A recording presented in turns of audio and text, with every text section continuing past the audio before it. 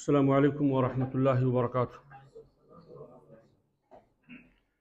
इन्नल हम्दुलिल्लाह नहमदुहु व नस्तईनुहु व नस्तगफिरुह व नऊज़ु बिल्लाहि मिन शुरूरि अनफुसिना व मिन सय्यिआति अअमालिना मन यहदिहिल्लाहु फला मुदिल्ल लहु व मन युद्लिल फला हादिय लहु व अशहदु अन ला इलाहा इल्लल्लाहु वहदहु ला शरीका लहु व अशहदु अन्न मुहम्मदन अब्दुहु व रसूलुहु अरसलहु बिलहक्कि बशीरन व नज़ीरा। अम्मा बाद फ़इन्न खैरल हदीस किताबुल्लाह व खैरल हदी हदी मुहम्मदिन सल्लल्लाहु अलैहि वसल्लम व शर्रल उमूरि मुहदसातुहा व कुल्ल मुहदसतिन बिदअह व कुल्ल बिदअतिन दलालह व कुल्ल दलालतिन फिन्नार। रब्बि इश्रह लि सदरी व यस्सिर लि अमरी वहलुल उक़दतम मिन लिसानी यफ़क़हू क़ौली। मुहतरम दीनी व मिल्ली भाइयों, हर किस्म की तारीफ़ अल्लाह रब्बुल आलमीन के लिए है जिसने हम सबको पैदा किया, और दुरूद व सलाम हो आखिरी नबी जनाब मोहम्मद मुस्तफ़ा सल्लल्लाहु अलैहि वसल्लम पर, जो सारी कायनात के लिए रुश्द व हिदायत बना करके भेजे गए। दोस्तों, आज के खुतबे में जो बातें आईं उसकी शुरुआत एक हदीस से हुई। खुतबे का मौजू अफ़्व दरगुदर से मुताल्लिक़ था, लेकिन शुरुआत ख़तीब ने एक हदीस से की, और इस हदीस की सेहत और अदम सेहत से मुताल्लिक़ थोड़ा सा लगता है कि हदीस में कुछ ज़ौफ़ होगा या मुमकिन है हदीस ज़ईफ़ भी हो। लेकिन उन्होंने शुरू में ये कहा फिल हदीस सही सही, यानी ये हदीस सहील इस्नाद है। हकीकत ये है कि मुझे देखने का मौका नहीं मिला, और मुमकिन हदीस ज़ईफ़ भी हो और सही भी हो सकती है।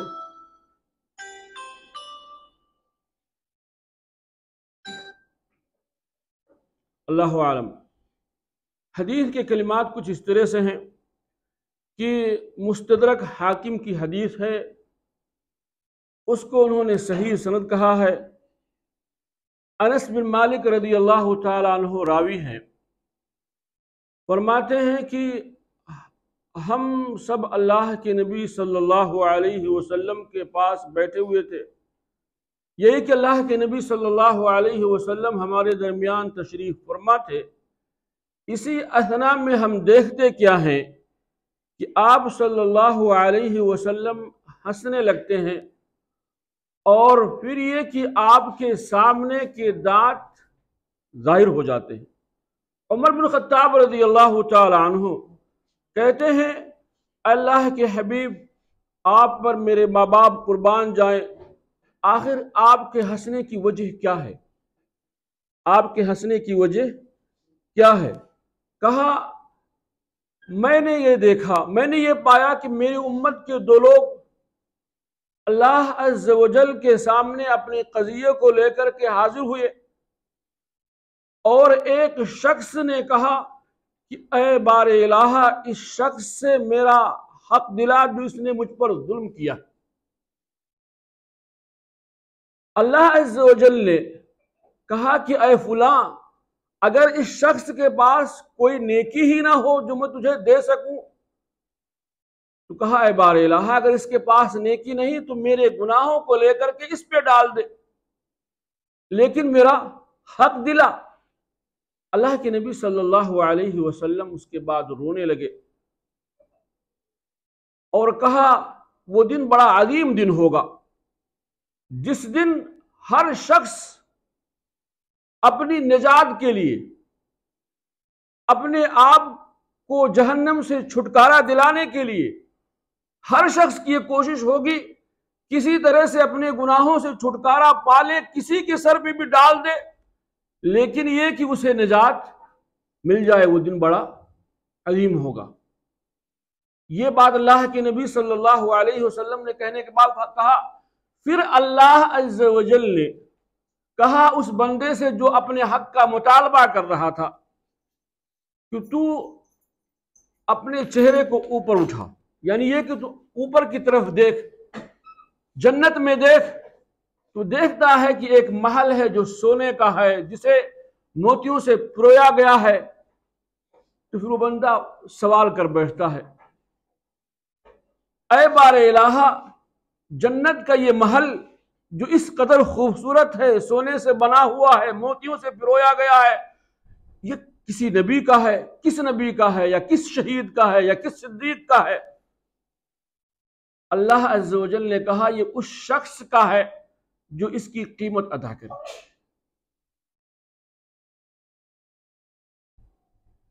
तो अल्लाह, उसने कहा कि इसकी कीमत कौन अदा कर सकता है? अल्लाह अज़्ज़ व जल ने कहा, इसकी कीमत तू अदा कर सकता है। कहा वो कैसे? कहा अपने भाई की अफ़्व दरगुदर करके, उसको माफ करके,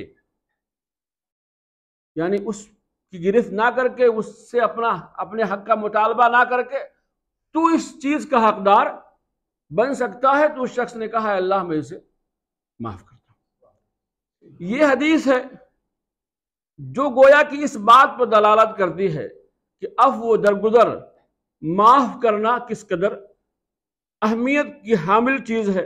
आप देखते हैं मुआशरे में मुख्तलिफ किस्म के लोग हैं। कोई जुल्म करने वाला है, कोई ज्यादती कर रहा है, कोई गीबत कर रहा है, कोई चुगलखोरी कर रहा है, कोई किसी की इज्जत पे डाके डाल रहा है, कोई क्या नाम है किसी के हक मार रहा है। अब उसमें अब लोगों में मुख्तलिफ किस्म के लोग हैं। कुछ लोग शरीफ हैं, कुछ लोग अफ़्व दरगुदर से काम लेने वाले हैं, कुछ लोग क्या नाम है धनी हैं, घटिया किस्म के लोग हैं, जालिम किस्म के लोग हैं, लईम है, जाबिर और जालिम है। कहा इसमें से बेहतर वो लोग हैं जो क्या नाम है अफ़्व दरगुदर से काम लेते, इसलिए कि अफ़्व दरगुदर का ये मकाम है। और क्यों ना हो, आप देखें इस मौके पर खतीब ने उस वाक़े की तरफ भी इशारा किया, वाक़े इफ़ की तरफ। अल्लाह अज़्ज़ व जल ने वहां एक आयत, एक वाक़े इफ़ से मुताल्लिक एक आयत करीमा नाजिल फरमाई, वाला यअतली उल फज़्ल मिनकुम वस्सअह अन युतू उलिल कुर्बा वल मसाकीन वल मुहाजिरीन फी सबीलिल्लाह वलियाफू वलियस्फहू अला तुहिब्बूना अन यग़फ़िरल्लाहु लकुम वल्लाहु गफूरुर रहीम। इस आयत का पस मंजर ये है, या ये कि सबब नुज़ूल ये है, इफ्क में अम्मा यानी वाक़े इफ्क, जिसमें अम्मा आयशा पर तुहमत लगाई गई और जिसमें पेश पेश मुनाफिकीन का सरदार अब्दुल्ला बिन उबय था, लेकिन यह कि खुल के सामने नहीं आया।